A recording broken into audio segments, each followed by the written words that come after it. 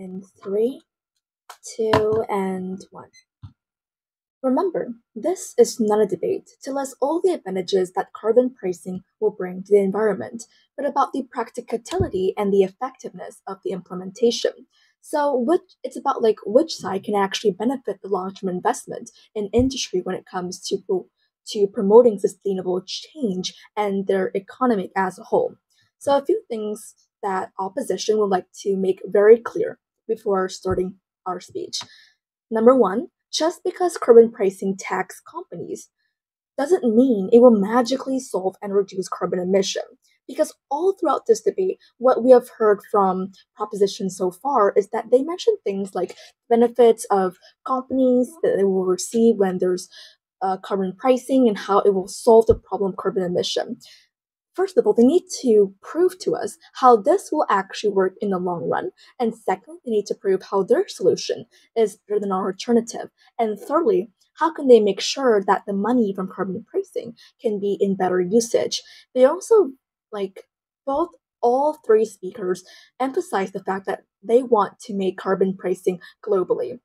So opposition would like to ask their side is that how will this be practical? And even if it does, what do they think about places where there are weak governance and countries, especially countries that have weak and like low salary and especially people who are staying there, how are they going to be able to adapt to this carbon pricing? So remember, even if how good an implementation is, the more important thing is the practicality, like the effectiveness and whether it is practical or not. So first of all, coming to my speech, first of all, I would like to say what has our side proved in this debate and why it's effective. Number one is why the implementation of mandating carbon pricing for all industry is simply impractical and not as effective as our solution. So our solution and all alternative that we bring to you in this debate is that we look for incentives to innovate, direct regulation, and investment in green tech. So our question is that why don't we just have direct regulation and just like direct investment from the government and, for example, have like a goal, like government can easily present a goal so that all countries, I mean all industry can be able to adapt. For example, an example can be by 2030, like all industry must be able to reduce their energy consumption by this amount of percent. I'll take that later. So this will be simpler for countries, I mean for industry to be able to adapt because they at least have some time to adapt to this problem. We believe that by finding them right away is an impractical thing.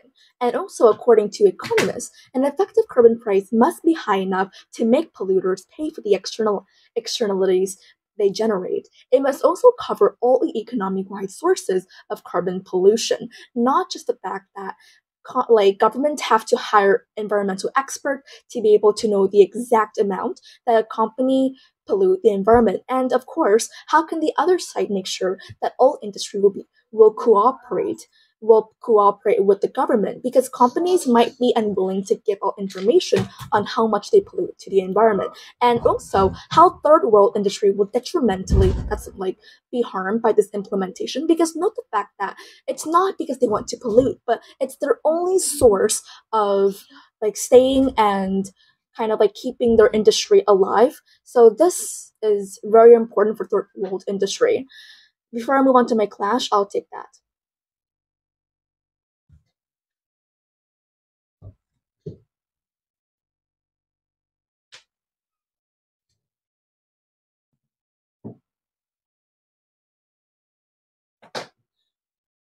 We would love to hear what those problems really are, but overall, we believe that because your side emphasized on that, like the other side emphasized on they want to make carbon pricing globally.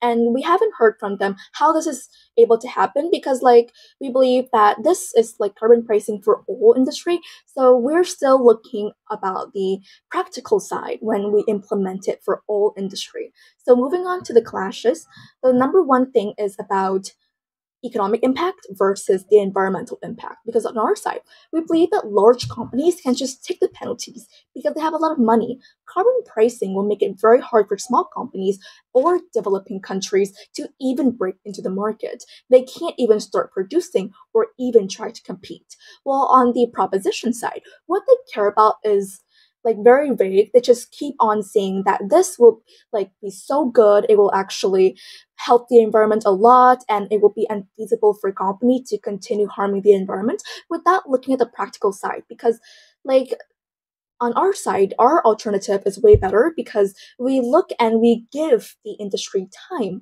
to actually solve the problem. Like the example I just give, we give them several years or a little time to reduce their consumption of energy, not just right away implement this financial incentives and find them straight away. And the second clash is the effectiveness in reducing emission versus the practicality of implementation. So on our side, we question whether it's practical to implement a carbon pricing system across all industry.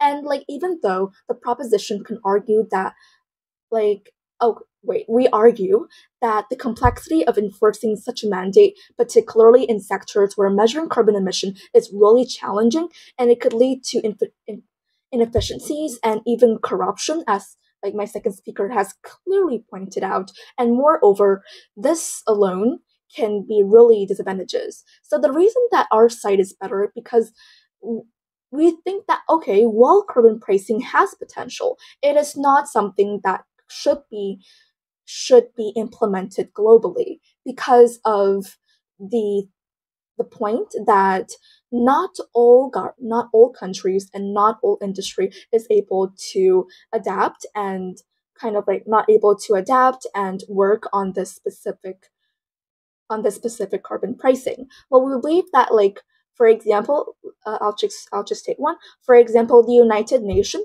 they have a lot of policy and they have a lot of good environmental policy about like how they will be able to reduce their fossil fuel consumption by like approximately 2030 or like 2040, etc. And this we believe is a good policy rather than just fining all industry. Because let's take the best case scenario from the other side is that even if they're able to take the money from those industry, how are they going to spend on like the money that they get from carbon pricing? How can they make sure that government will actually use those money to invest in greener tech for the industry and for other people? This is something that we still need to work on.